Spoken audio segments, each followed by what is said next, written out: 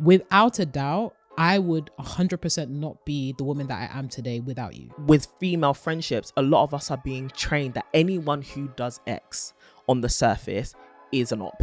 Friendship breakups, friendship pain hurts. Oh, like, even more than romantic hell. ones sometimes. If your discernment is so good at showing you who not to trust, why is it not teaching you who to trust? Hello and welcome to the To My Sisters podcast. I'm Renee. And I'm Courtney, and we are your online sisters and hosts of the To My Sisters podcast. We're all about promoting the wellness, growth and development of a community of sisters across the world. And in today's conversation, we are going to be talking about the truth behind our friendship. Ooh. This week, we were hella platonic on the internet, and we posted some stuff hashtag platonic. We posted some stuff regarding our friendship and our feelings towards each other and just what we've been able to accomplish within our relationship. And I thought it would be a really nice time to actually talk about our friendship because the comments were just so like lovely. People really love our friendship, it seems. And obviously it was hashtag so platonic. So we thought that in the spirit of being To My Sisters and talking about sisterhood all the time, we'd have a conversation about sisterhood. But before we get into today's episode, housekeeping announcements. The house needs to be swept. For real. Now, we are recording this a little bit in advance, so we don't know if there's actually still tickets left, guys. Genuinely. This is Renee and Courtney from the past. But we just want to say a massive thank you to the South Africa sisters for selling out our first release of tickets. We sold out, baby. I can't believe it. South Africa rise and shine. Oh, you guys did your thing for real. We sold out of the first release of the tickets, and now we're going to be adding more. But obviously, by the time you listen to this, the more might have gone, the more might be there. We might be in South Africa. We don't know. And so, I mean, maybe check the description. There might be a link or something. Left. Yeah. Sisters, honestly, we were so pleased and overwhelmed to the point where we had to go back to, our organizers working with Sauce Chalet to get those extra tickets to see, if we could beg the venue, hey, can you please add some tickets? There are sisters that are coming through. So thank you so much for showing up and showing off. It seems like South Africa. What can we say? Honestly, it's giving head of the household. It really is. You guys came in for us, and all the other girls are in the comments talking about come here next. Okay, just know that South Africa has set precedent. You gotta show up and show out. But yeah, and also I guess another housekeeping announcement, since it's not that it's our book would have come out by now. Oh my gosh, you would have known. So in theme with this episode, isn't it? The paperback version of our book is out. It is everywhere. Have a look at her. She is gorgeous, absolutely beautiful. To My Sisters, How to Unlock the Life-Changing Power of Female Friendship is out now on Amazon, bookstores, online, everywhere. So please definitely go and get it. It is cheaper than our first edition, which was the hardback, but it's the same amazing jam-packed book full of wisdom, goodies, lessons we have learned throughout our friendship. Pretty. And she is so cute. Like, isn't she just don't so even play aesthetic? games. This is a beautiful book. You can't even deny it. So yeah, it's honestly an honor to have another version of our book out, and we hope that you guys enjoy it. Honestly, like, so many people are still sending in such great reviews, which are really encouraging to let us know we've actually written something that is helpful, something that is valuable, and hopefully it's changing friendships all around the world. And so yeah, as we get into today's conversation, there are a lot of nuggets which we're going to draw from our book, but you won't really get the depth of it in one single episode. 100%. And so definitely pick up the book to get to know more of the stories, the lessons, the hardships as well within our friendship. So tough times. It's not too big. You can carry it around. It's a very easy read, and I mean, it's written exceptionally well. Even if don't just get one for you, get one for a sister. Don't be greedy. Read it in your circle times. But we definitely recommend. We wrote this book in mind for duos, trios, folks that have multiple friends. So please don't just get yourself a copy. If you can, either forward the link to someone. Forward the link to someone you think could benefit from this book, Or even pave it forward. If there's a sister that you really admire and you want to share, you know, something that might be of interest or benefit in her life, get her a copy of the paperback, maybe. Why not? Why not? We're in the gift-giving spirit. Valentine's Day is coming soon, Galentine's so why not do a Galentine's Day gift for your friends? Get a book. And talk about female friendships and make your relationship better. Get a book. Hashtag so platonic. Hashtag so... Any other housekeeping? By the time that you are listening to this, guys, we have entered International Renee Month. Oh, wow. Welcome. Mm-hmm. Apparently, some of the greatest blessings occur in February. As somebody that is a champion of February, as somebody that has been bestowed with the wisdom, courage, charisma, the prosperity, the happiness, the goodness, the insert adjective here that is also positive. Use me as your conduit that February will be a life-changing month for you. You know what I'm saying? Like, just take all that energy, all that power up. We're powering up. We're powering up. You know, like those manifestation gurus.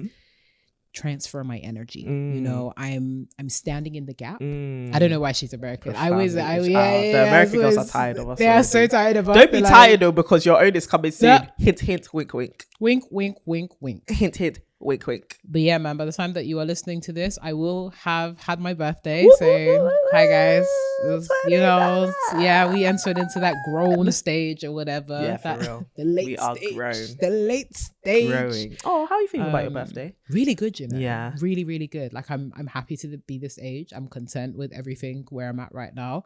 I'm happy with myself as a human being. As you should be. I'm feeling good, and I'm looking forward to. This is me speaking before my birthday, but I'm looking forward to, you know, everyone just showering me with love and affection, just saying how much they adore me, and wow.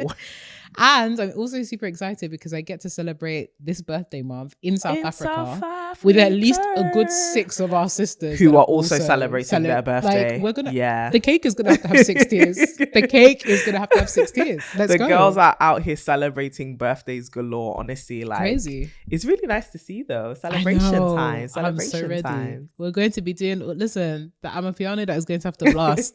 Serious thing. So not just happy birthday to me. Happy birthday to all my February babies. There's a whole bunch of sisters that always tune in and they're like, hey, we have the same birthday. I'm like, February borns unite. You know, we're a short month, but big in stature. So interesting way to put it. No, do you know what? I just got what you mean. A very interesting way to put it. Okay, well, somebody is in need of our help. Yeah. So in true TMS fashion, we have a ding. Dilemma. Hit us up. Let's get. Well, actually, before we get into the dilemma, I wanted to give a dilemma update because sometimes we say stuff on this podcast, like, send us stuff, and then we don't get around to like sharing with the sisters. That's exciting. You know, we have gotten some feedback. So somebody sent us a dilemma update all the way from Zimbabwe. Okay, shout out to Zimbabwean sisters. They also stand up They very really well. do. They really do stand up. Really do. The Southern African girls are really doing the thing. Anyways, mine is not a dilemma. On the podcast about singleness, you mentioned that if there were any sisters in healthy relationships, you would love for them to share their experiences. Yes, we would. I have been in a relationship with a guy who has just committed himself to my growth and progress. Aww. When I met him, I was staying with relatives and could not see beyond that. In my head, as I had been taught, a girl can only move out when she gets married. Fast forward to now, I am staying on my own, buying my own things and just upgrading myself. And let me tell you, it's freeing to be independent. When I met him, I had been trying to write a book. He came in and pushed me, and I published my first book, which kickstarted my writing career, and book number 2 is coming. Come on now. His next project is my master's, and he has been helping me apply for it. I always jokingly say, if I ever break up with him, God forbid, because I won't let it happen, lol. I have greatly benefited from this relationship. I am not saying we do not have bad days. What I am saying is even through the bad days, I still know I am loved, respected, and supported. Beautiful. Some people look at us and criticize that we have stretched the relationship. Yes, we have plans to settle. Yes, we have plans to settle and have a family, but this time has allowed us to individually build strong foundations in our careers, mentally, financially, and spiritually, so much that the time we decide to go to the altar, it will be a flight forward and upwards. Wow. To all my sisters out there, real love still exists. Find God, find yourself, and love will come. When I met him, I had been single for almost 3 years, just working on myself and doing all the healing with the Holy Spirit by my side. Wow. It's so Hallelujah. cute. It's so cute. Hallelujah. That's not what you should be singing. You should be singing, see what the Lord do you know what? has done. You know what I realized? Because as I was singing that, it's all about sex. It's all about sex. It's all about David and Bathsheba. We don't want that. See what the Lord has done. What we waited for has come to pass. See what the Lord has done. Hallelujah. People of God, say glory, glory. Glory, glory. Thank you, Lord. Anyways, we are so, honestly, sis, we are really encouraged. Thank you so much for sending that dilemma update. Obviously, typically on dilemmas, we just share, the girls are going through some stuff. However, it's nice to see that the girls are also happy at the same time. It's not always problems. Sometimes the girls peace. Are also happy at the same time. We love it. Well, more life, more. There is a girl who still needs help, though. Yeah, there is. So, into the ding, ding, ding. Dilemma. For real this time. Yeah. Dilemma. Hey, loves. Oh, loves. Firstly, good luck with South Africa. Thank you. Ladies, when are you going to do your Ghanaian sisters justice? We are here waiting. Hey. I'm coming. Pay for the tickets. I'm coming. We're coming. Ghanaian sisters, for the tickets. We love you. We will be there. We'll be coming. For real. Okay, anyway. I'm an 18-year-old currently trying to finish her A-levels, and honestly, like you guys mentioned in other episodes, mental health struggles and feeling blue is so common right now, and unfortunately, I've gotten the short end of the stick. Alongside A-levels, hope for the future just seems tougher and tougher. I don't know what I want to do at university. I'm trying to learn to invest so I don't have to work the rest of my life away. And genuinely, all a girl wants is peace. Growing up, seeing the world tear itself apart has left me hopeless. I also failed out my physics AS level, LOL, so have to take a third year. I do have some plans for my future, but honestly, my trust in our world fluctuates as time goes by. On the internet, you hear A, nobody can afford to live, and you won't be able to either. B, all men are horrid, etc, etc. C, the government is corrupt and there isn't anything you can do about it. I'm finding it hard to stay optimistic about the world and can't even enjoy hearing the rain outside without thinking about all the homeless suffering through it. Is this a phase? Am I the issue? That's my dilemma. Lots of love. Please send your sister some prayers. P.S. I'm designing a car for my 3D design A-level project. I will send pictures over. We'll put it on the next episode when you send it. Yeah. So we can all cheer you on. Yeah. Oh, sis, I'm so sorry to hear that's how you're feeling. And you're not like weird or anything like that. I think it's definitely giving existential crisis a little bit. And that's perfectly normal given the fact that we are currently flooded with a torrent of information, especially negative information. It's something that we've spoken about in like TMS Hot Takes and in some of our like previous episodes. But the reality is the world that we're living in is quite bleak. There's a whole bunch of things that are happening at the same time. And because of the advances that we've had in social media and connections and all that kind of stuff, it means that it's now an ever-present feeling. You can't ignore the fact that there are some very critical world issues, systemic issues, structural issues that you know we're facing every single day, and there is always something bad happening.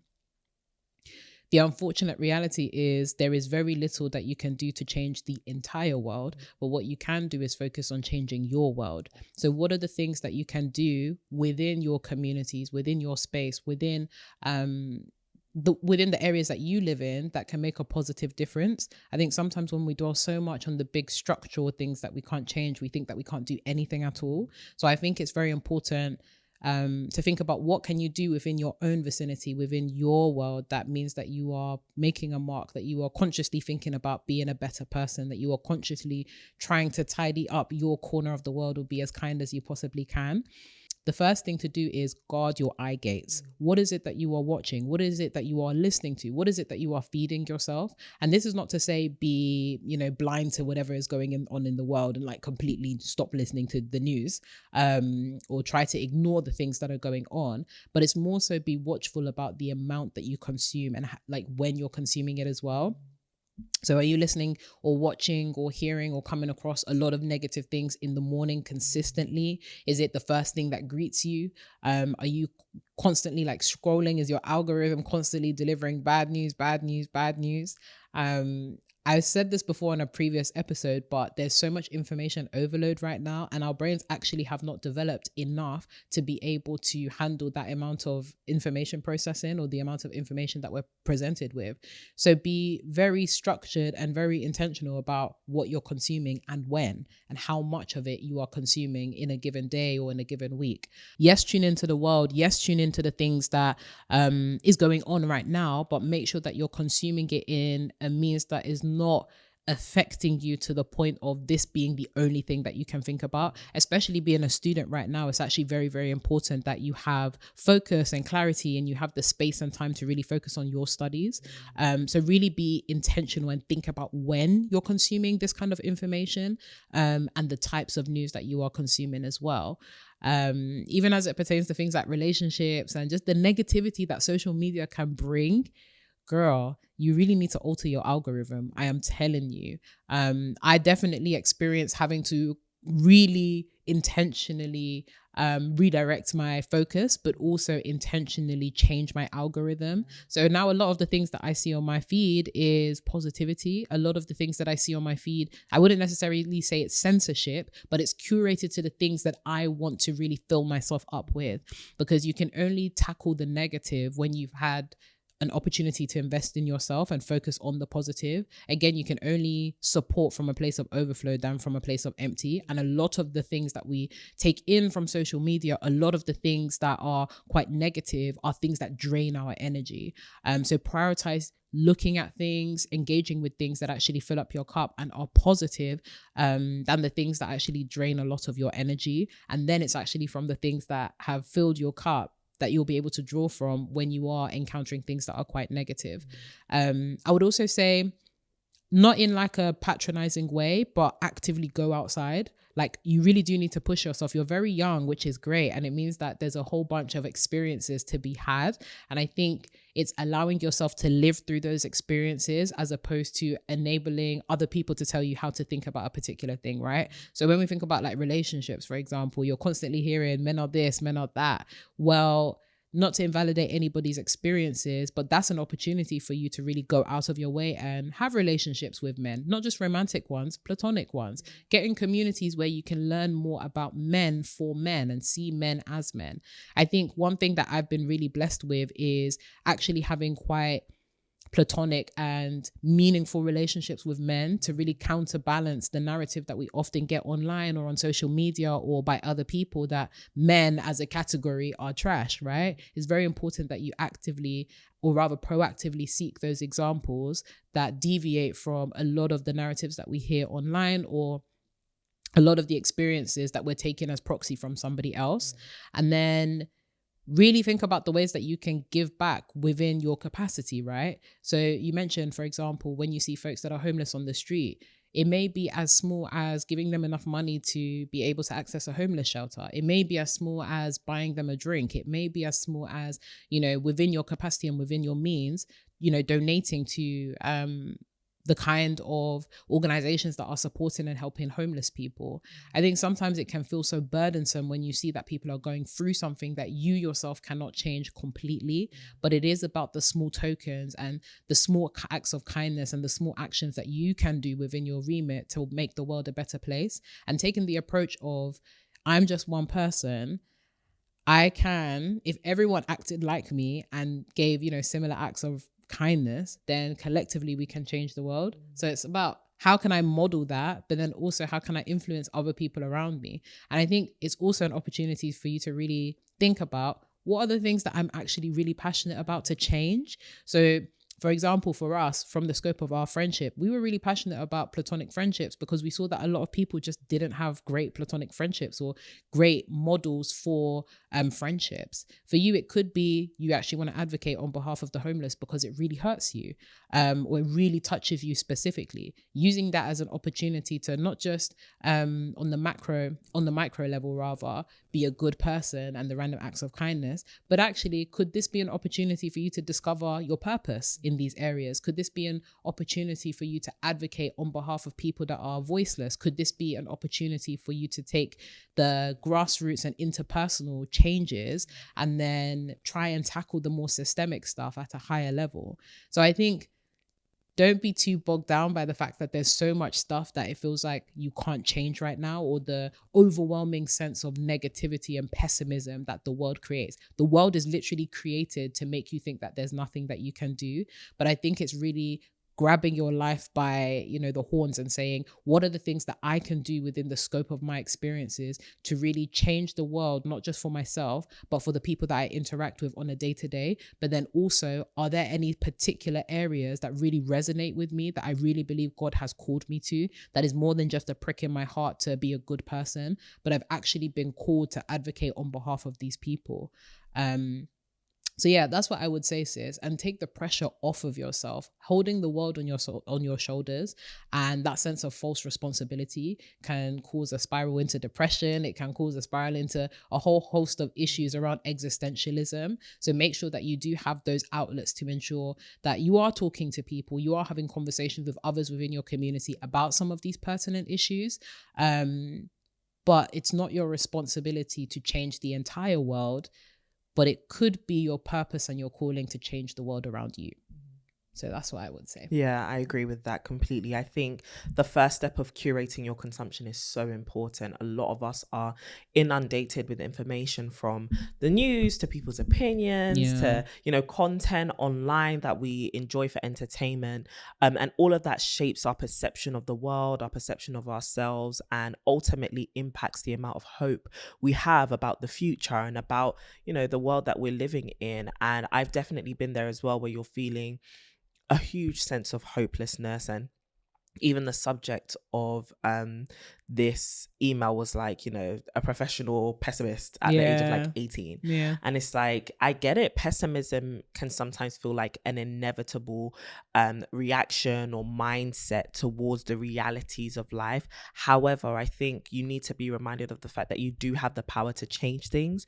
You do have the power to change at least your life and your world. And I know that, especially when you then face like failures, you can kind of start to think like, what's the point? What's the point of all of this? What's the point of all of this effort? What is even the point of hope? And these are really deep, like you said, existential questions that we can have around our existence just as human beings, and this thing called life and what it is we should pursue. But I do think if you are going to live a life where, it's not just defined by pessimism or even being extremely hopeful and optimistic, but simply being able to navigate your daily life at least with a sense of peace and a sense of joy, it should be that there is things you can do within your power to impact your life. You can determine how your study goes. You can choose to pursue something which you enjoy. And I think finding moments in your life, which is my second point, finding moments in your life which actually bring you joy, whether it's spending time with people or, like you said, you're making this 3D model. Like, is it that you want to do more design stuff? Do you want to explore more of your creativity? Or maybe you want to learn something completely new. Lean more into the things that actually bring you joy. Lean more into the things which you actually enjoy, right?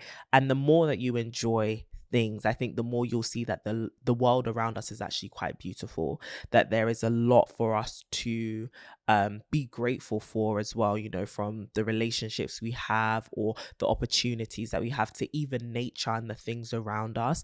And there is always, different elements that are true to the world. Like you can go outside and be like, oh, nature is so beautiful, and then a thought comes into your mind, well, you know, the climate change, you know, it won't always be beautiful. And it's like, you know what, that is true, but also I can still appreciate what is happening right now. And like you said, I can find purpose and I can find fulfillment in also being a part of the change, whether it is trying to stop climate change, raising awareness about it, because of my appreciation for the beauty of nature. So I think finding a deep appreciation for the things around you will help you to reframe your perception of the world, by appreciating its beauty, appreciating opportunities, appreciating people. And if you feel like, well, I don't feel like I'm surrounded by anything that I can appreciate, then I'd say you need to even be more intentional about deliberately drawing out what can be appreciated about the life around you, right? Having gratitude and realizing that you actually have a lot of resource in your hand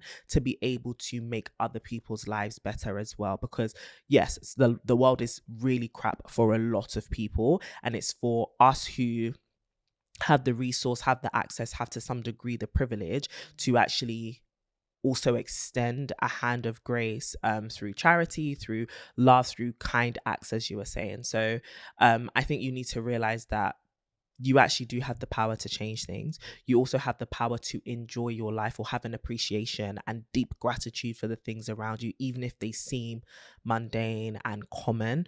And like Renee so perfectly said, curate your consumption, right? Be very intentional about how much time you are spending looking into things.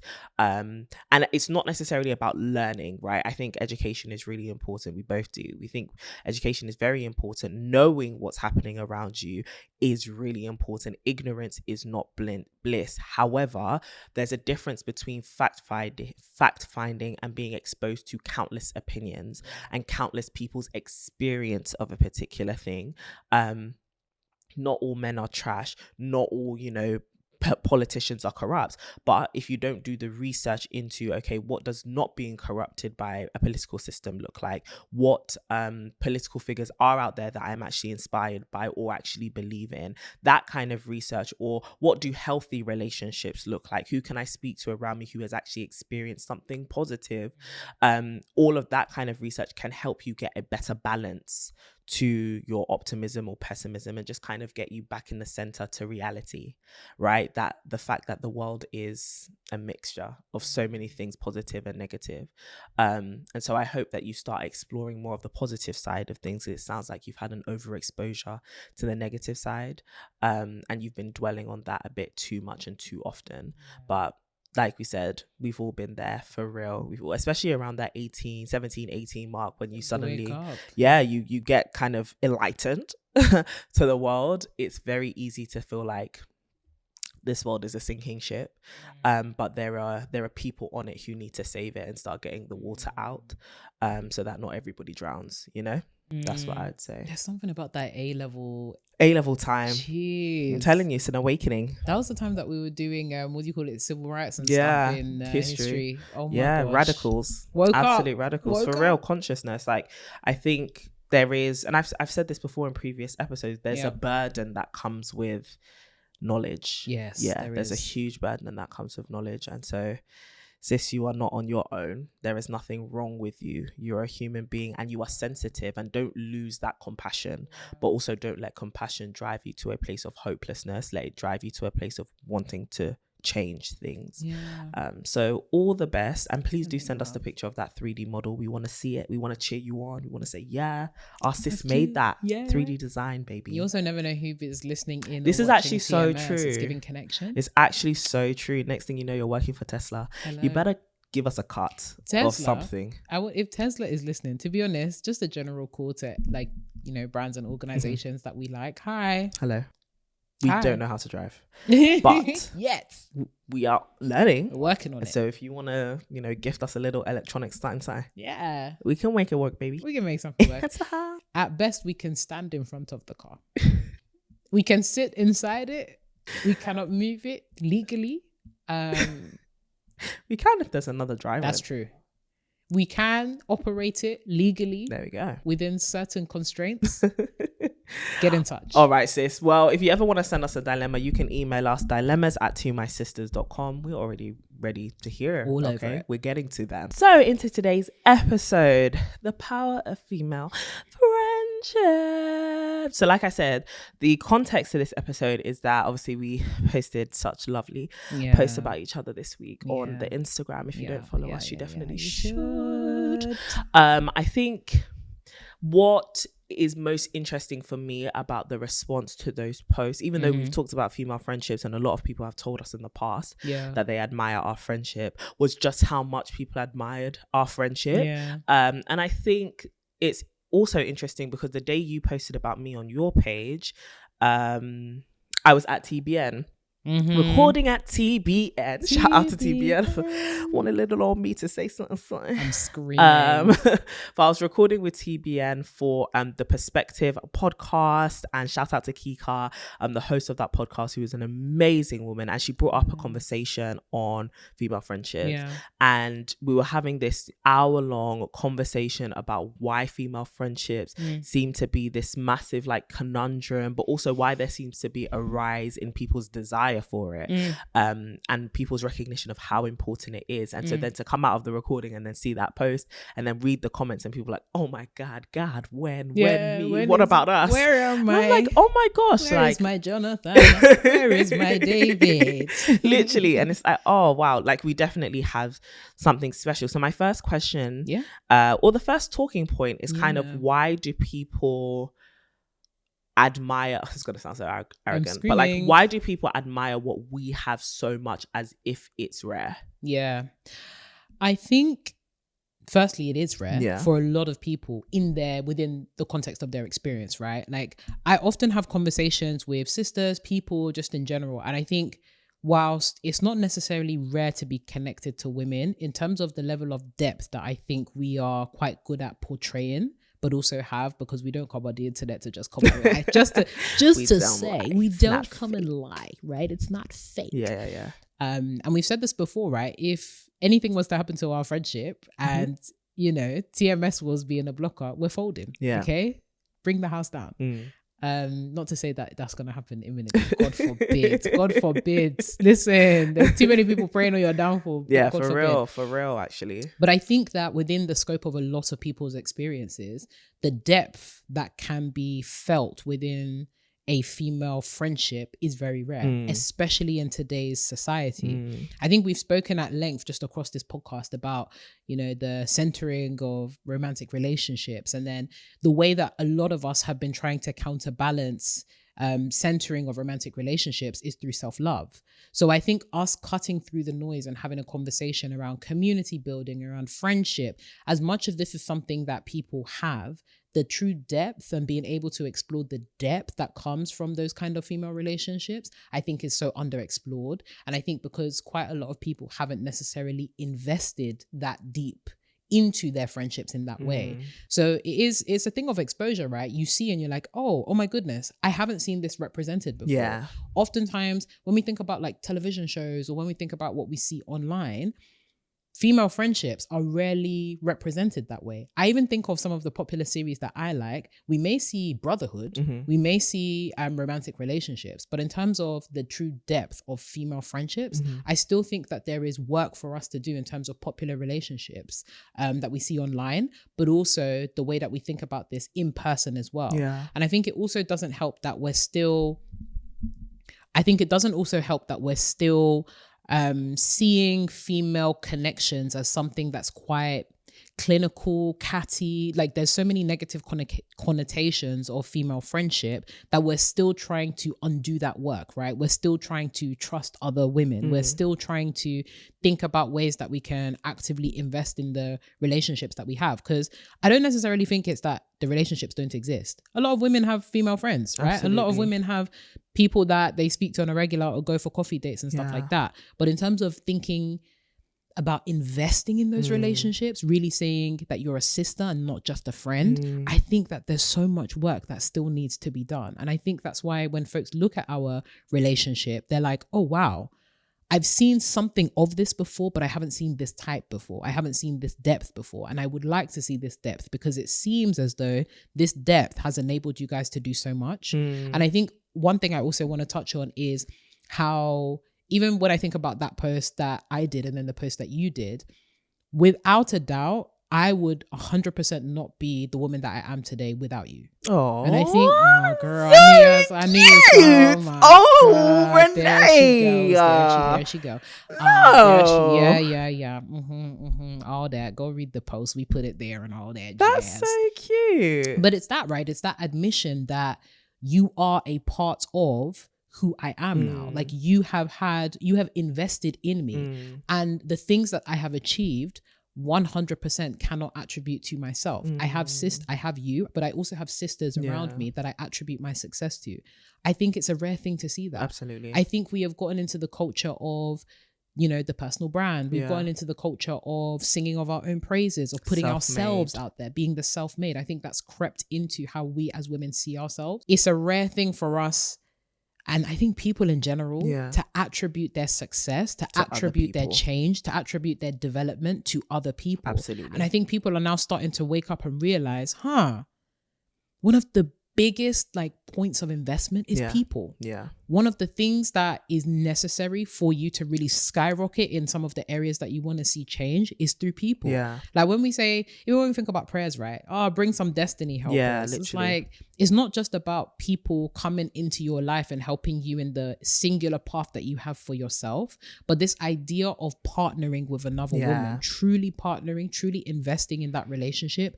I think that element of sisterhood is rare. Absolutely. And completely untapped. I think a lot of us grew up, like you said, because of the portrayal in the media and maybe because of what we saw generation past, we grew up with this air of suspicion around women's intention, around women's character, around people in general, actually, not even just women. But I think that when it comes down to what we have, it's this kind of faith move to choose to trust in each other, choose to trust that, trust each other and trust that God had kind of brought us together as friends for something far greater than just company, but also for purpose. And I think a good caveat here is to say, not everyone needs to jump into business with their best friend in order for it to be a purposeful friendship. No. But I do think that us choosing to, be co-founders with each other, start something together, was simply a fruit and a decision made easier by the fact that we had years of friendship behind us, which showed each other our character, showed each other our nature. And I think similarly, you have contributed a lot to the person who I am today.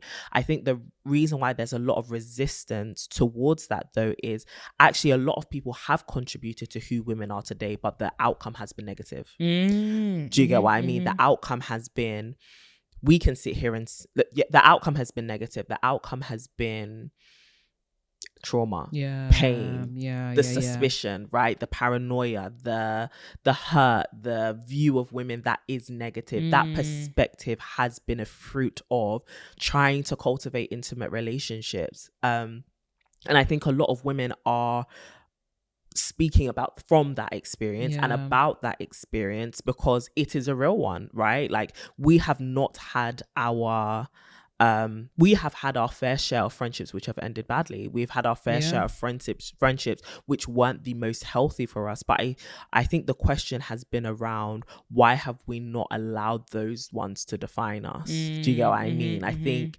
it's more so, yes, we have been scarred, but the scars healed over. And I think the scars healed better because we found ourselves in the company of good company, right? In the company of good friends. And so I think sometimes it's also the narrative you're choosing to let lead you, right? So I mean, I don't know about you, but I've definitely had my experience with women where I could definitely let that change my perception 100%, of every woman around 100%. Me. But why do you think it's easier to believe that than to believe the positive? I think the negatives are always easier to believe because similarly to what we were speaking about in one of our previous episodes, this whole idea of catastrophizing to prepare yourself, because nobody really wants to go through trauma. And as much as we often fail to recognize, friendship breakups, friendship pain hurts. Oh, like even more than romantic ones sometimes. Listen, there will be some friendship breakups that will have you genuinely like heartbroken listening to Drake. Yeah, it's funny. Like literally in the TBN episode, that's exactly what we're talking about. I don't know when it's coming out. I feel like it's coming out in Q2-ish. Yeah. So watch out. When it comes out, watch out for it. Basically, I don't want to say everything that I said in there. Yeah. But I think it's interesting because with female friendships, this is a woman who you probably had so many plans that included, right? Like bridesmaid, godmother, like all of you were in the picture, you know? And I think back to some of my childhood friendships where it's like, oh my God, when we grow up, we'll move in together. Where are those friends now? Do you know what I mean? Or we'll do this together. We'll travel here together. You know, me and you to the ends of the earth. Hey, you're no longer around. You don't even visit. Don't even have your number. I don't know where you're at. Haven't got a clue. Got a clue. No, it's Tifa type, man. It's Tifa type. But I do think there is something about preparation for the negativity. Yeah. I think a lot of people have scarcity mindset when it comes to friendship and relationships, right? Almost similarly to what our sister in Need in the Dilemma was speaking about, right? This constant exposure to narratives of people are bad. People are bad. We sensationalize so much negative relationships with our friends. Sensation. How many times are we on the YouTubes that we're hearing, oh, my friend did this to me, or my friend did this, or I don't trust women. Women are untrustworthy because of X. It's easier for you to prepare for, you know, negativity or some kind of downfall than to give yourself out there to someone. It's a form of vulnerability. It's a form of transparency that a lot of people are not willing to get to because there is the risk of being heartbroken. Absolutely. And because people have been heartbroken and they don't want to feel that again, they would rather self-sabotage than open themselves up to the risk of being wounded again. And I think as much as people are super self-aware when it comes to romantic relationships and saying that, when it comes to friendships, a lot of people are not, they're either not self-aware enough or they refuse to let the barriers down because they've had so many different experiences that tally up with the fact that women are untrustworthy or they won't be able to overcome. For every one good friend, they have like 10 very, very bad relationships or bad friends. And I think now we're starting to see the effects of that, where people are now very, very lonely. People are suspicious. The levels of suspicion that I have seen amongst women right now. Yeah. But you know what? I think it's the world in general. Like a lot of the narratives I see from people who are positioning it as wisdom and wise advice surrounds be suspicious of everybody, right? And like you are on your own in this world. Everyone is a monitoring spirit, first of all. And we're going to talk about that in TMS Hot Takes. Listen to TMS Hot Takes this week. But like everyone is a monitoring spirit. Allegedly. Anyone who asks you, everybody do you know what I mean? Everybody's third eye's open and it's blue. It's always one weird color as well. It's always one random color that you're just like, this should not even be an eye. You know what? I'm sure the new age sisters are like the spiritual sisters hate us because we constantly use their things wrong and out of context. So please do forgive us, actually. I might, anyways, there was a comment I need to say. We might use it for TMS Hot Takes. What? A babe that was like, yeah, witches are real and we're here and we're growing. And I was like, good for you. Community. You and your army. Community. The victory is the Lord. Hallelujah. Hallelujah. Anyways, I think it's, what was I even saying? About monitoring spirits. It's like everyone's evil. Like if somebody asks you, like we're here saying get accountability, get mentorship, bring your sisters in, build a village. If you now come and ask me, Courts, how's your relationship? It's giving your monitoring spirit. Why would you ask me? And why do you care? It's because and that's the thing. It's like all the avenues by which you build intimacy, we are being taught that those are the same avenues used for evil. And so now we think that discernment is hearing the question and not hearing the spirit behind it. Do you know what I mean? It's like, no. Anyone can come to you and say the same thing. Somebody can ask you, how are you? And it's coming from a good place. And someone can ask you, how are you? And it's coming from a bad place. The discernment isn't, I heard a question. The discernment is, I discerned what was behind it. I discerned the motive.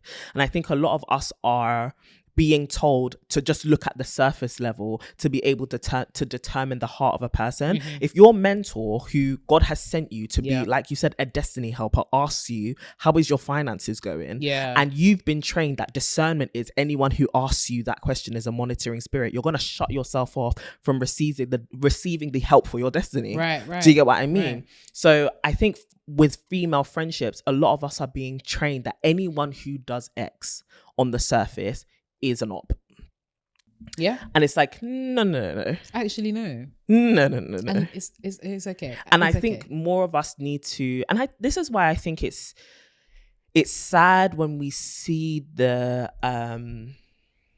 state of intergenerational female relationships, right? Cool. And this is something we didn't talk too much on in our book, maybe for like a second book, if we ever get the opportunity, that would be something to really look at. But like when we look at our relationships with our moms, but also we look at the relationships between our moms and our aunties and their relationship with women in general, I think the wisdom has not been passed down as to how to have sustained female friendships, right? We have our parents or our mothers, let's say, like the female figures in our communities, teaching us how to be wives, how to be mothers, but they aren't necessarily teaching us how to be sisters. And dare I even say, they aren't even teaching us how to be ourselves. Do you know what I mean? It's fulfilling these roles which maybe they made idols. And this is not criticism, because I mean, we are the fruits of our mother's dedication to being mothers and to being good wives or to being homemakers and also to being survivors and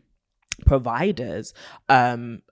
But I think that there is a freedom that they may have felt like they didn't have to be themselves, to be unique, to be in healthy community. And maybe we have also inherited that suspicion and inherited that lack of value for female friendships, even though a lot of us do come from backgrounds where community and collectivism is actually quite important. Necessary. I know, right? So what do you then say to people who feel like they are just suspicious? Like, as much as they desire, no, for real, because I think there are a lot of people who desire something similar to what we have. And this, another caveat, don't desire to be us and don't desire to have what we have. Desire to build whatever yours looks like, right? You don't know the fights we've been through, honestly. Hata. And not like necessarily between us. I mean, the fights we've had to but fight. even between us, I think that's another thing. Like, the posts on IG wouldn't show you. The seasons where we've been like, I don't particularly like you, and I don't particularly like you. And I think because people, it's like with romantic relationships, because people don't show the tough sides of things, we begin to idolize, we begin to romanticize and think that it is completely without challenge, which is not true. But yeah, what would you say to somebody who's like, no, I do desire to have a close female friend. I do desire to build my sisterhood. But I can't get over the suspicion. I can't get over the heartbreak. And I can't get over the pessimism, like you said, from the dilemma. I mean, this is a really great opportunity for you to purchase our book, because we deal with this. We deal with this. We've done a little bit of mapping and tinkling, and there's something called the friendship profiles that we've created. And this is very much giving the closed friend, somebody that has set a fortress about themselves because they do not trust what is on the other side. And you have to go through all the trials, testing, and tribulation before you can get even within an ounce of that castle wall. So yeah, aside from buying the book, I'll give you a little bit of tidbits now. I think it's important to discern where your suspicion is coming from.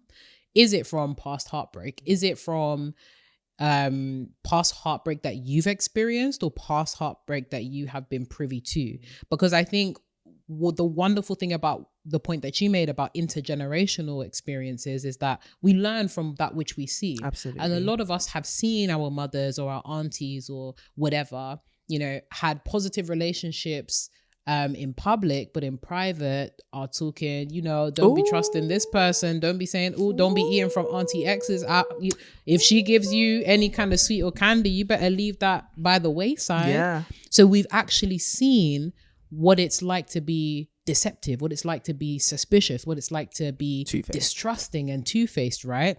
And for a lot of us, we've internalized that in our female friendships and our female relationships, where we start to assume the worst of people because we've seen that exhibited towards us or towards other people within our vicinity. So understand, where is the root of the suspicion coming from? And you can often tell in the way that it's made manifest, right? Do you find yourself like distrusting people? People will say some things to your face and you're like, I don't believe you. Or do you find yourself backbiting or gossiping? Do you find yourself, you know, speaking ill of people when they're around? These are really great symptoms of there is suspicion or there is some kind of deception that I have experienced that I haven't dealt with first. Yes. So I think before you start seeking friendship and sisterhood, you need to actually understand the root of your suspicion, understand the root of some of the issues you're dealing with, lest you project it in a relationship with another woman. That is the worst, because that just continues the cycle, right? So discern where that is coming from. And then in terms of building sisterhood, I think a lot of us we make I wouldn't say mistake, but I think that we often run towards new experiences and new people and new sisters because we like the novelty of being able to start afresh. We like the ease of being able to create who we are afresh to somebody else, right? Shiny things, right? It's that people think it's always easier. In the same way in a romantic context, right? You'd rather start a new relationship with somebody completely different than trying to salvage, save, and build the relationship that you already have with somebody that you're dealing with. But oftentimes it's upon building on those foundations that the most fruitful relationships and the most fruitful sisterhoods come. Who is actually within your vicinity? Who are the people that you have been blocking out that have actually proven themselves to be good friends? Aside from your suspicion and aside from you blowing them off, deciding you don't want to do the coffee, or not being proactive in trying to build that sisterhood with them, identify them. Who are the people, the potentials within your community that you can reach out to? Or I know there's a whole bunch of people that will go to community gatherings, like you may go to church or you may go to school or you may go to work or just different areas or opportunities for you to meet other people. You go to these places and you're kind of like, no one is making enough effort to speak to me. No one is making enough effort to get to know me, or this isn't a friendly space for me or the right environment, so I'm going to keep my walls up. How proactive have you been in those spaces to build real intentional friendship with people? Are you constantly the one that is on the defensive and waiting for people to approach you to either confirm or allay your suspicions? You can't be that person. Sometimes you have to make the first move. So I think for the sisters that are a bit suspicious, if you think your discernment is so on 10, use that discernment to discern who is it you need to make the first step to. No, biggest man thing. Because you'll be like, I'm suspicious of this person. I don't trust this person. So who is it that you trust? Have you made a first move with that person that you trust? You haven't. You haven't. Excuses. So I think being proactive enough to be intentional with the people within your vicinity before you start idolizing this idea of sisterhood that only somebody 10,000 miles away can possibly fulfill. And then from there, starting off small. You're not going to have to, share your entire life story in that first coffee meeting. Absolutely. Seeing friendships and relationships as progressive endeavors. I think a lot of people are super suspicious or super distrusting because they feel that they can't get to the level of trust, transparency, and vulnerability that they desire to have through the first meeting. But understand that friendships are progressive and you have to work. They are built over time. They are built over time. So you have these super high expectations of this relationship, but you've put in like 2 months of work. Like even when people think about our friendship and they're like, oh, I love your friendship. I love the fact that I really admire the fact that you guys are so deep. This was built over time. And it didn't always look like a linear progression. It wasn't just up, up, up. There were times where we were knocked back 10 and had to make up the 10. So it's really seeing friendships as a worthwhile pursuit, but an endeavor that is done over time. You have to progress over time. And the vulnerability, the transparency, the safe space that you desire is co-built and built over time. When you build a house, Rome was not built in a day. Rome was built, they took their time. Think about the pyramids. Like when you build things, it takes time, know. And for it to be able to stand, you have to choose the materials well. You need to make sure that the foundation is set well. Solid. So I think it's worth really dealing with your issues first, identifying where they've come from, be committed to dealing with that first, and then seeking out intentional relationships and friendships that you can build upon with the women that you have within your vicinity before trying to start afresh and getting to 100 with people that you only know at the level of 1 is what I would say. But I would love to hear what you have to say, Miss Quartz. I completely agree with everything that you said. I think you have to be willing to put yourself out there. Have to. And I love what you said about if your discernment is so good at showing you who not to trust, why is it not teaching you who to trust? Like, it's giving imbalance. Said you're imbalanced. Giving imbalance. It's giving something you is should wrong. address that.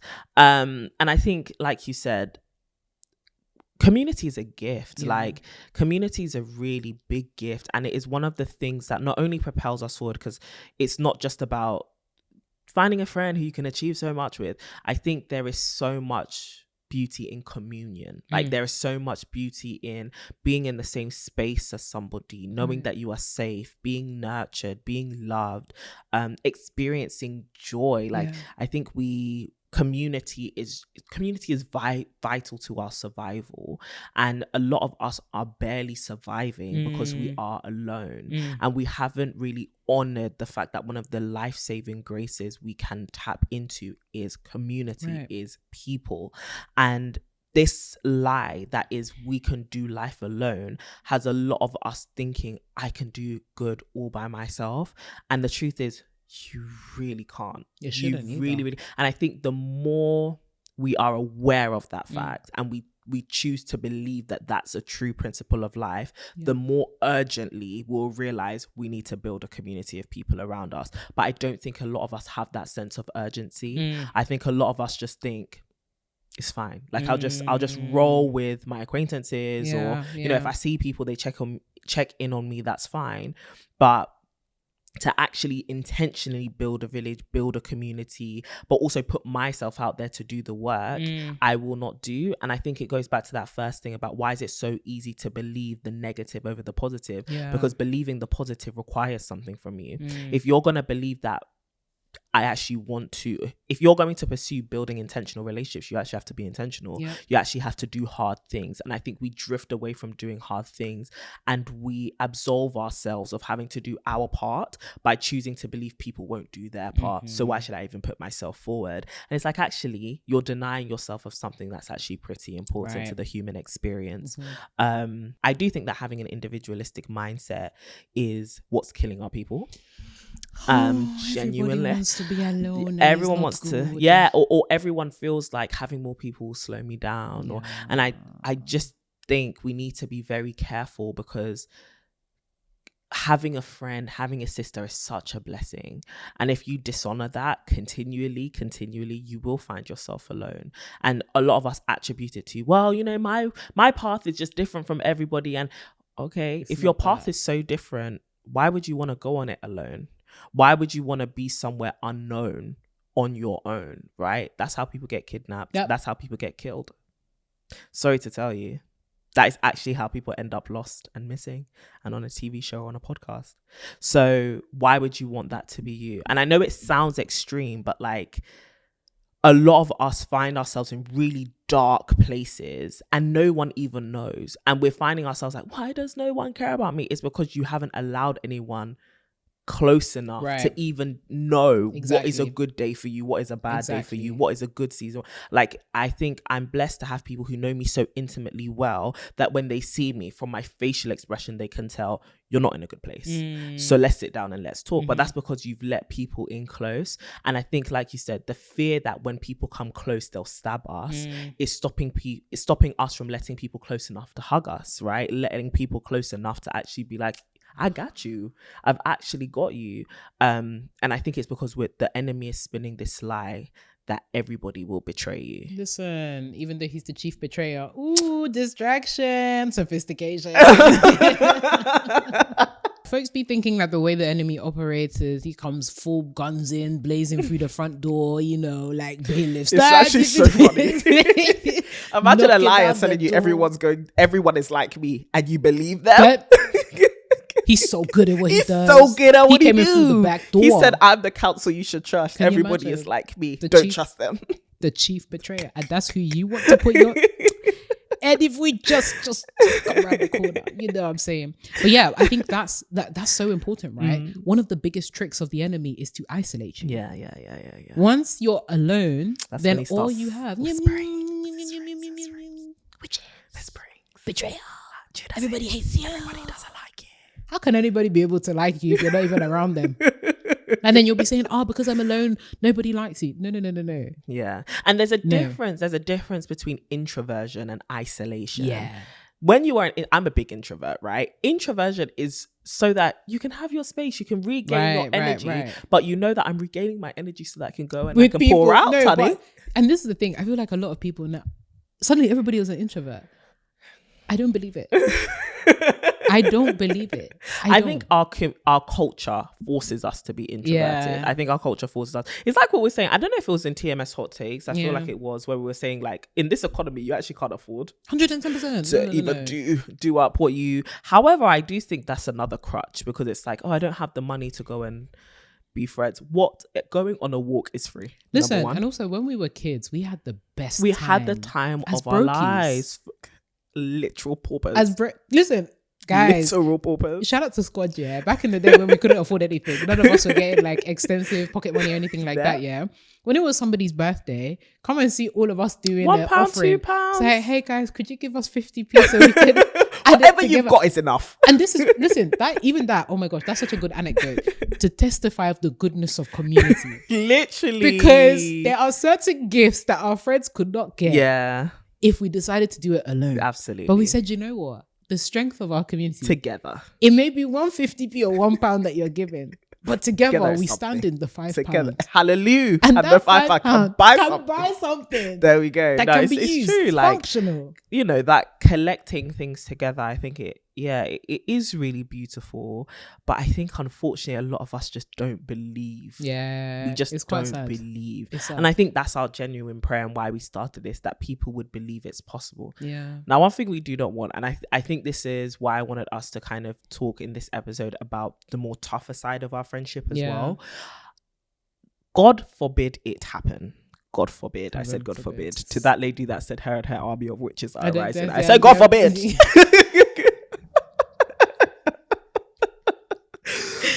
If this friendship, my friendship with Renee, ever ended, right, we don't want you to lose hope in Sisterhood, because maybe our friendship didn't work. It's gonna work there by force. I said, do you want me to alarm the God forbid? Hurry up.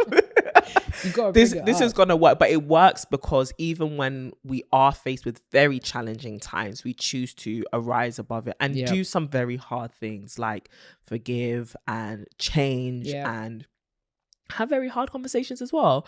So what have been some of the tougher side? I think in our TMS live show, the one we did at the cinema, Rio Cinema. Yeah. So this is 2022. We talked about this side of our friendship a lot more, which is why you need to be our live experiences, guys. We're so transparent and vulnerable. Yeah. It's crazy. Real rap. But oh my gosh, I hope you're preparing your rap for the TMS Hot Takes recording. Anyway, I haven't been seeing you writing down lyrics. This is even an example of a challenging time in our friendship. What? Because I'm propelling you forward to do what you said you'd do? See, it's a matter of perspective. She sees propelling forward. I see progressively taking me backwards. Because I'm asking you to do what you said you wanted to do. You know, our design this EP that you've been telling us for 2 years will receive. Are you J. Cole? As I have stepped into the year. In fact, yes, I am. You are? I am. When he drops music, it's good, Renee. When you drop that EP, you better you better be bringing some royalty checks home. Ooh, Lord have mercy. As you can see, this is another challenging area of our friendship, the pressure. The pressure. But no, for real, what are some of the more challenging sides to our decade-long friendship? Man. You know what? I think the first thing that I would say is changes and transitions can be tough, just because whilst we can be very, very close to each other in proximity, we have to be very intentional about cultivating intimacy. Yeah. And I think sometimes that can be hard to do. Have you ever heard the phrase of like, you can be with somebody but not with someone? And I think there have been some times where for us it's been difficult to cultivate that same level of intimacy because of how rapid some of the changes are, or because we may not have the capacity to understand how to support yet. So it may just be a case of, you're going through something that I actually have no idea how to support you on at all. And that's a blocker, because we still need to show up for each other in so many different areas. But this one area that is preventing you from like moving forward in different spaces, I don't have the language, the capacity, the experience, or anything to support you in that way. So being honest with like our shortfallings when there have been very, very challenging times. I think another thing is like prioritizing the friendship element of our friendship, right? I think a lot of people often ask, oh, how is it like living with your bestie, or like doing this with your bestie, doing this with your bestie? Like they're anticipating challenges, which there are, but I think that being the headline, people often saying like, oh, what are the challenges, is kind of unfortunate, because I would say that makes up maybe like 10% of the experience, if less. Yeah, I'd even say less. Yeah, that's literally less. But I do think in operating in some of those different spaces, I've even said this before to Courtney, I'm just like, tell those other heifers that you call friends that they should back up. I actually love you guys as well. Like all of, like we literally share so many friends, it's ridiculous. So they probably even know who they probably even know who they are. Yeah, back up. That's so funny. Back up. Not back it up. Back it up. Back it up. You know what I'm saying? And it's like, again, the navigating those different spaces that we have to show up for each other, right? So it's like, when TMS stuff is super heavy, obviously we have to show up as like business owners and stuff like that. But the challenge of making sure that our friendship isn't minimized in those times can often be really, really tough. And then juxtaposing that with, well, you know, I'm still doing stuff with you, but I'm gonna hang out with other people. I ain't gonna lie to you, I was petite jealous. You know what I'm saying? Petite. But you know what's so funny? So when you actually admitted that to me, I was kind of like, but you have so many friends outside of me, because I've definitely had my okay, 1 second. Because I've definitely had my phases, so I was like, wow. So Renée has friends. Friends. Don't actually kill me. These small people, where did they all come from? You know when you're when someone says, oh, okay, mum, I'm going out now, you're looking at them. Yeah, like so you're going out, yeah. Give me your mum's number. I don't trust you. Give me your mum's number. It's like, oh, so who are you going out with? Oh, I'm going out with, you know, Tony. So who's Tony? Who's that? I ain't seen her. I don't know her. Where she come from? Where does she live? Where's her mum from? What does she do? But literally, like, I've had my members as well. So when you said it to me, I was like, wow. It's funny because I think one of the things I've learned within our friendship is one of the things like, some of the things I'm insecure about, you're insecure about as well. And it's like, oh, interesting. Literally twins. You know how funny that was? And when we had both had that realization of like, not us both also, the crux of the matter is we wanted to spend time with each other. Yeah. So seeing other people, guys, I'll never forget. There was one time where Courtney texted me. I was outside. It was like summertime. I was outside. She texted me. She's like, Renée, we need to talk. I said, and even that, you were out with your friends, your mates. I should have left me at home. I said, hey. She said, take that ass home. Bring that ass home. Remember where you eat. Right. Said kind of nonsense. Yeah, kind of nonsense. And then having that, that's so funny. Having that realization of like, oh, you see this the same way I do. Yeah. But because of the way that we have just been interacting with each other, we had made assumptions. Yeah. And I think that was actually a learning curve for us in terms of never to make assumptions. And I think what I'm actually quite proud of is that really produced proactivity as opposed to us like shutting down. And it's like, okay, cool. I felt this way because we weren't spending enough time. That was the crux of the matter, right? It wasn't that, you know, we had other friends, although those other friends, like I said, back off. Love you guys. We can all be friends. Yeah, we can all be friends together. And that was something that that's something that we really value, right? So whilst we are friends, recognizing that we also have friends that we share, like friendships that we actually share, and being intentional about bringing each other closer to all of our other friendships. God, this is really sounding. So this is sounding like a marriage. It's giving marriage, guys. We're beating the allegations. I promise you. I promise you. But sorry, I don't actually think that people will ever lose that until we like get married. Yeah, they don't. They won't. They won't. But you can believe what you want. But yeah, bringing each other within the scope of our own communities, right? And then also being intentional about the certain elements of our friendships that we were lacking at that moment, right? So it was the intimacies, it was the check-ins, it was the I don't know what is going on with Courtney's life over the past 2 to 3 weeks. And it's like, how are we going to talk about stuff on a podcast if I don't know what happened to you like yesterday? Do you know what I mean? Yeah. Nah, man. Not how we're like, talk about stuff on the do you know podcast. what I mean? Or like admitting something super deep, and Courtney will be looking at me like, oh, I didn't know this happened to you, or like vice versa. So now, like, actually intentionally putting our friendship first above all has meant that everything else has blossomed. That's so good. And it's that prioritization. The challenge of prioritizing or choosing to prioritize your friendship is tough. It's so hard. So hard. And I think the key to it is, as you said, actually, it's like greater transparency and vulnerability, and a lessening of the assumptions, and you did this because you meant this. And it's also stop pointing the finger at that person and start being like, oh, basically this is what I'm going through, this is what I'm feeling and thinking. And I think that kind of honesty has definitely made our relationship stronger, but it's also harder to do, right? Like telling somebody, I want to spend time with you, or I feel like I'm hurt in this area. It's kind of, weakness is never easy. It's never easy. I think one of the harder sides for me has been just kind of a comparison and like we're doing a lot of this stuff together, but we are still very much individuals. And I think and that's why some people need to be careful with what they say as well, because I think when people see us together and doing all the amazing stuff that we are doing, when they see us apart, there's very much a inevitable comparison. It's almost like that person is always standing beside you. But also people will kind of not pit you against each other, but like, okay, you know, she's doing this. Okay, so what about you? What are you up to? I'm supporting her. How about that? And that's that. That's where I'm at. Yes. You know, there's this kind of like I'm trying to be careful with how I say it, but it's almost like because we are doing so much of life together, we should be at the same level and it should look the same. Yes. And I think even though oftentimes, actually, I'm not gonna negate the fact that we often are actually walking at the same place, because I believe we are very equally yoked and we've chosen to walk with each other to carry something, which is literally the definition of being equally yoked.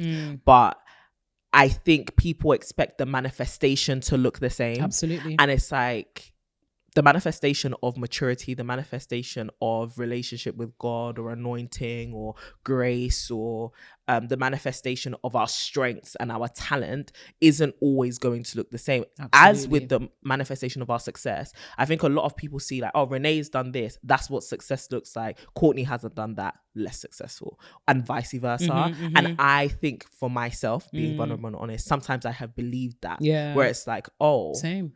I don't get this the way Renee gets that, or people don't talk about me the way they talk about Renee.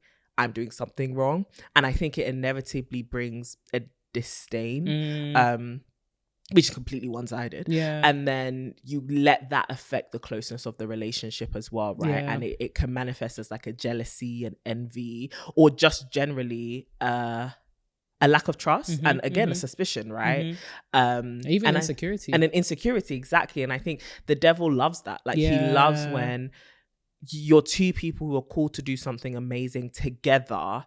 The easiest thing to stop that thing from happening is to break your union. And oftentimes we become the saboteurs in our relationship because we're believing the lies that we're telling ourselves. Right. And I think what a lot of people are saying is, you know, relationships that just don't work, or that person is suspicious, or that person, you should be suspicious of that person, is actually more so the story you're telling yourself in your head about them and about yourself. And what you're choosing to believe, right? Child, it's not comparison. The comparison, it's the, oh, I'm not good enough, or they must think they're better than me, or people think they're better than me. And for me, I would even say I'm guilty of that. The people think. And it's like, nah, that's a lie. It's a lie. From the devil himself. And even if people think, first of all, people don't think. People don't think. People don't think. They be saying a whole bunch of stuff, but they ain't but thinking. They don't think. It's funny because it makes me think of, you know, that time where we're like, oh, like this TMS thing. Super transparently, guys. There was this time within our friendship where both of us had deluded ourselves into thinking No, genuinely, I'm telling you, actual delusion. I think this was the height of our warfare, actually. Yeah. I can genuinely tell you that was the apex of our warfare. Was stupid and ridiculous delusion. And what made it worse was every interaction that we had with each other, but also with other people around us, was confirming was making it worse. Was making it worse. We had deluded ourselves into thinking that this whole TMS thing, that the other person was the most important thing of TMS. So I had deluded myself into thinking, oh my gosh, TMS, like, this is Courtney's thing. Yeah. I feel like Courtney's little friend. Get out of here. You're so freaking it's like annoying. Courtney and friends. Like Courtney's little little sidekick, like Sideshow Bob or something like that. Never. I had deluded myself into thinking that, yeah, TMS was Courtney's thing. I was just here as like a sidekick, and people like my funny little jokes and that all the time, you know, all that. The devil's actually but stupid. Genuinely stupid. Why she could carry this by herself or even replace me, even though there ain't nobody around that can replace me. I know it. I know. There ain't nobody. Thank you. That's why I said those little heifer friends gotta back go. up. They gotta go. But we had deluded ourselves into thinking. And I remember like when I had told you, you were looking at me like, but I was having the same thought. Exact same thought at the exact same time. Guys, it was a mess. Like it was a big mess. Like, and it was all because of, like you said, already like, I think one thing we need to be aware of, sorry, not to get super spiritual, but the weapons formed against us are fashioned. Yeah. And that fashioning is as in it's a specific weapon for you. Yeah. It's not like I get hit with the arrow, you get hit with the arrow. No. This is an arrow I've made. This one is fashioned, designed, crafted just for you. Hallelujah. And I think the attack was playing on just the right insecurities, and people's words were confirming just the right thoughts for us to now get delusional. Whoa. Do you get what I mean? Whoa. It was, this person's doing this. Then they did that. Mm-hmm. Then somebody came to you and was and like, said, "Oh, you know, you're like this, and Renee's like this," and you're like, "It's true."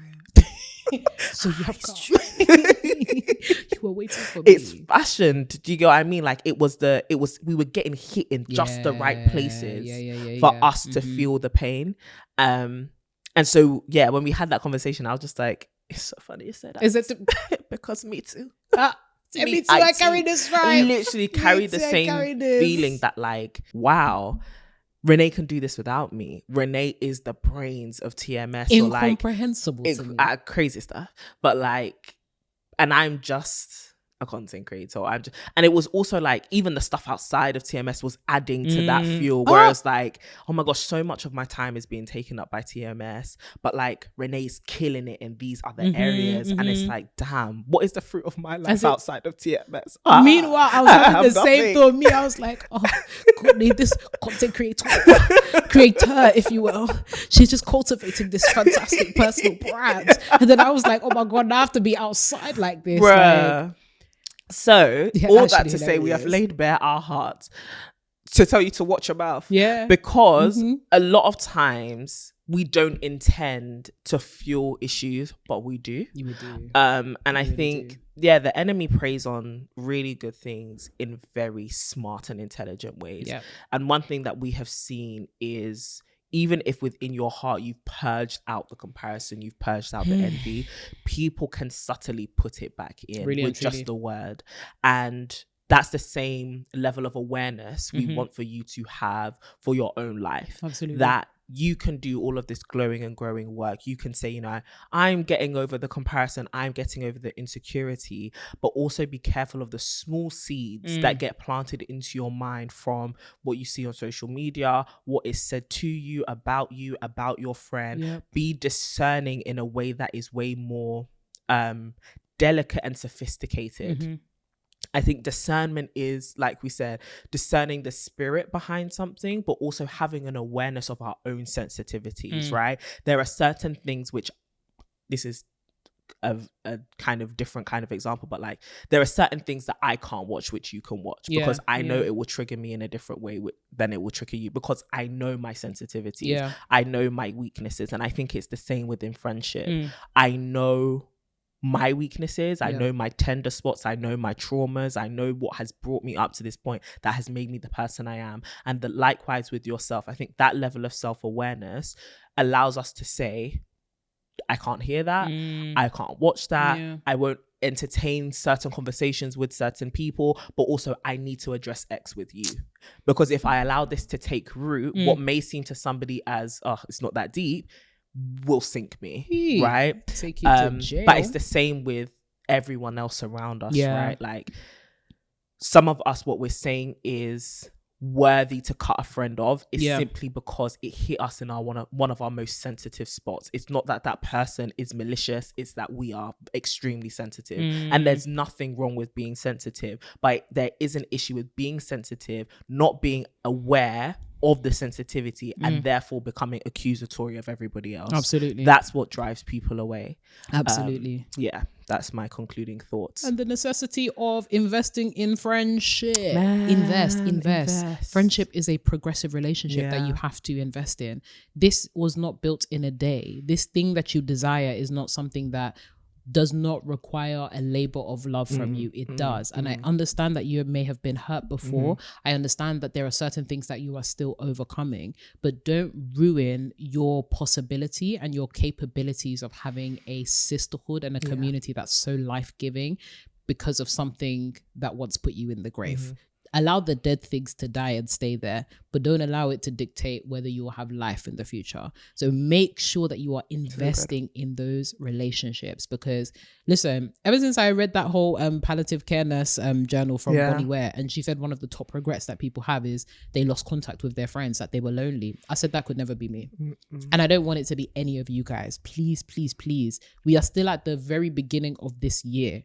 If there's one thing that you want to set right, and one thing that I don't even know what if people put it on their goals, I put it on my goals in terms of relationships, the type of like friendships I want to have, make it a priority, because when all is said and done, that is all that you will have. Your relationships, including friendships, they're a big one. The family you get to choose, you even get to choose these ones. Better choose well. Choose well. Yeah, and choose. And do the choosing. Pick, lest you end up alone. Real. It's not good for you to be alone. Oh, sisters, we hope that you've enjoyed this episode. This was a really solid one, actually. But this is a reminder to actually pick up the book, because we talk about this and so much more in here. So to my sisters, How to Unlock the Life-Changing Power of Female Friendships. Isn't she so pretty? Sisters, I'm telling you, she's gorgeous. This one is, if you're listening to the audio, come and look at it. But honestly, like, this is our heart poured out into words, and there's still so much more to give as well. So yeah, sisters, we hope that you enjoyed this episode. We hope that even though it may have exposed certain things, you realize that you have the power and the capability to address them. Okay, they will not overwhelm you.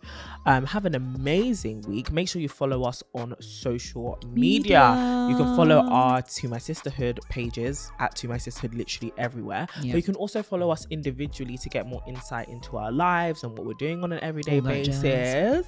So you can follow my best friend in the mustard at Renée Kapuku, and you can follow me at CD Boating. Wonderful. And of course, if you want some more weekly tips, some of that wisdom on even continuing those female friendships, you should probably sign up to our mailing list, www.tomysisters.com, so that you don't miss out on a weekly drop. Sisters, we absolutely love you. Send this to a sister that you want to build an intentional relationship with. Okay, send this to her.